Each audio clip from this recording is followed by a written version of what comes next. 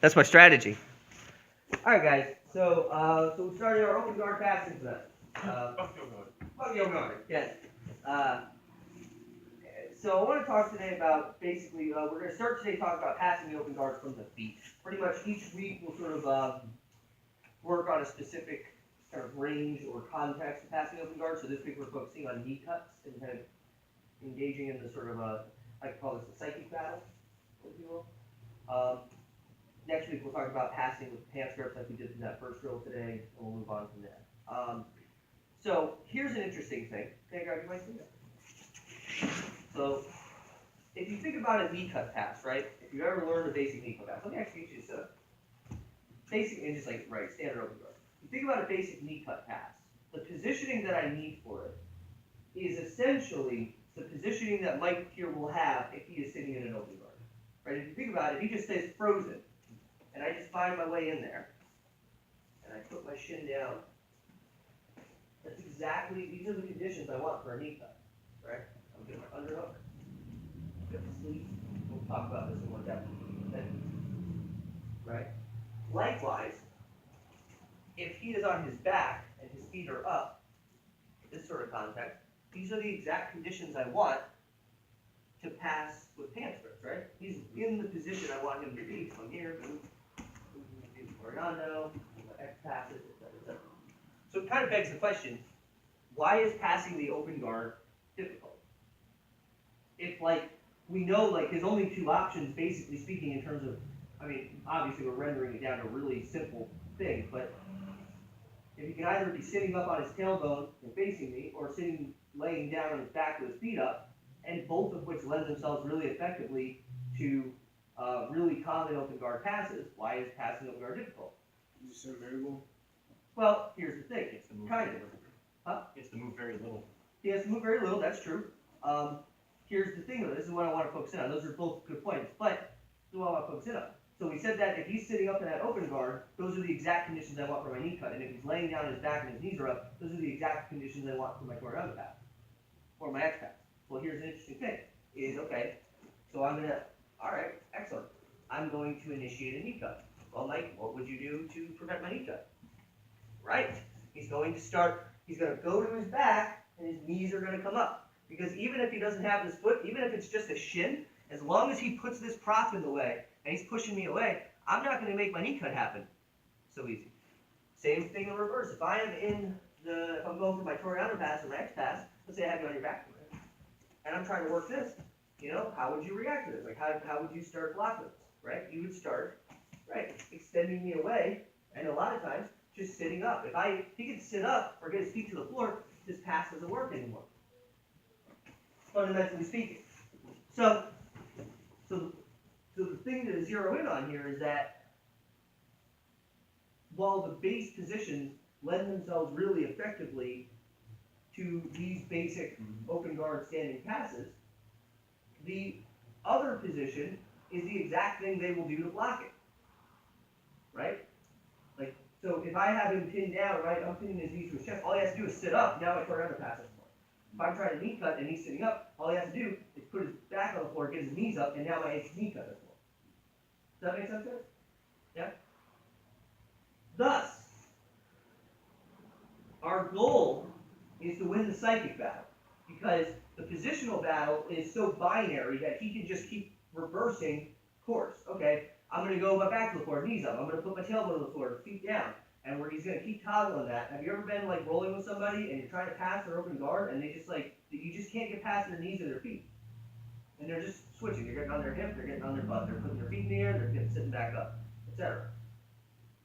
We're going to not approach it in terms of, oh, well, here's just the one answer that's going to work for the whole situation, because as you pointed out, it doesn't take a lot for them to be able to move. They can reposition very easily. Instead, again, we're going to win the psychic battle. So the psychic battle is I'm going to hijack his decision making. It seems really complicated, but like when I promise this will make a lot of sense in a second. We're going to hijack his decision making by doing something that we know how he's going to react to. I know he's going to react a certain way to certain things. I'm not going to aim to go directly on the course that I want to go. I'm going to misdirect a little bit. I'm going to get him to respond in a way that gives me a thing. if him sitting up in that open guard position is exactly what I want for my knee cut, then all I have to do is make him do that movement.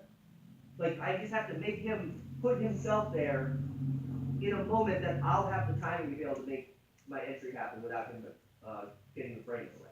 So, if he's on his back, or let's say he's sitting up here, right? So we're here, so again, going over the details, I'm standing up, I have a posture, I'm not like crunched down like this, I'm not reaching out stupid here like this is dumb, don't do this. You can get your arms grabbed, you can arm drag. There's some options where you can grab your opponent and move them, but they're very specific. These are specific movements, not just like, right? I want to get the heels. I'm not going to try to push him back because again, Mike, don't let me move you. It will not work. I'm going to pull in and go up. I'm going to tail block. So we're tussling. Boom, if he's trying to get grips, I'm swatting his hands away. I'm not letting him have it. I'm hand fighting. Boom, catch. Okay. I want to basically see how his butt swooped down underneath. Yep. From there, I'm immediately putting weight on his shins. I'm not expecting this to freeze him in place. I'm just trying to get some semblance of control. From here, if he just tries to sit forward, it will not work. What he has to do is push his shins into me and scoot his butt back. This is where I'm going to start making my entry. Again, he's sitting up. Here, tip, weight down. He starts pushing to sit up. So let's say instead of scooting back, because if you just did that, I want you to sit up. Okay. So I'm here, boom, pushing him back. As he starts to sit up, I'm making my entry. Now we're going to go over into some details of this in a second, but basically speaking, I'll just do the entry for a second. One foot is forward. I'm going across, so my left foot goes on the right side. Shin is dropping down on the inside of his groin. I'm sitting on my heel, so my knee is not down, because if my knee is down, that means my butt is forward. That means if my knee is in the butt, which is right, with the knee, I'm going to go forward. Go back. Knee in the butt. I love it.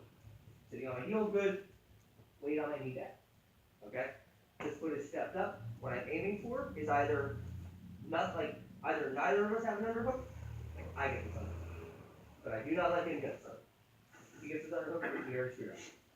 So let's just work that for a couple minutes. Mike's sitting up.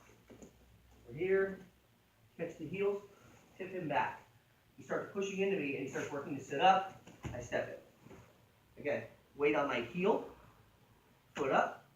You see how I'm kind of palming him down. I'm trying to get him on his shoulder. And this is the position we're going to work from in a second. If he's up and like when he comes up and you knee cut his leg, should you try to get the underhook on your side? Yeah, I always want to get the underhook. We're going to get into that in a second, like for the actual pass itself. But a lot of times you'll have to work for it. Like in the sense of it's probably unlikely that we're going to be able to like step in, get this underhook all the way, have everything. The second I get this, I can start smashing. But like usually as I get here, he's going to be kind of framing up. So I want to kind of pin. I want to start working, put him on his shoulder, and then start working for my underhook. And we'll go into that then. Good. So yes, but more than likely you'll have to do a little bit more work than just pummel. Does that make sense? Do you want to see that? Yeah, that'd be great. Okay, cool. Let's see. Tom, I'll grab you. So again, they're sitting on the butt. On the open guard situation. So again, I'm not trying to push him back. I'm catching, pulling in, and tipping. Palms go on the shins. Actually, freeze for 1 second. Palms go on the shins. I want to just like this is kind of my control. However fast this happens, it doesn't really matter. But like this is what I want.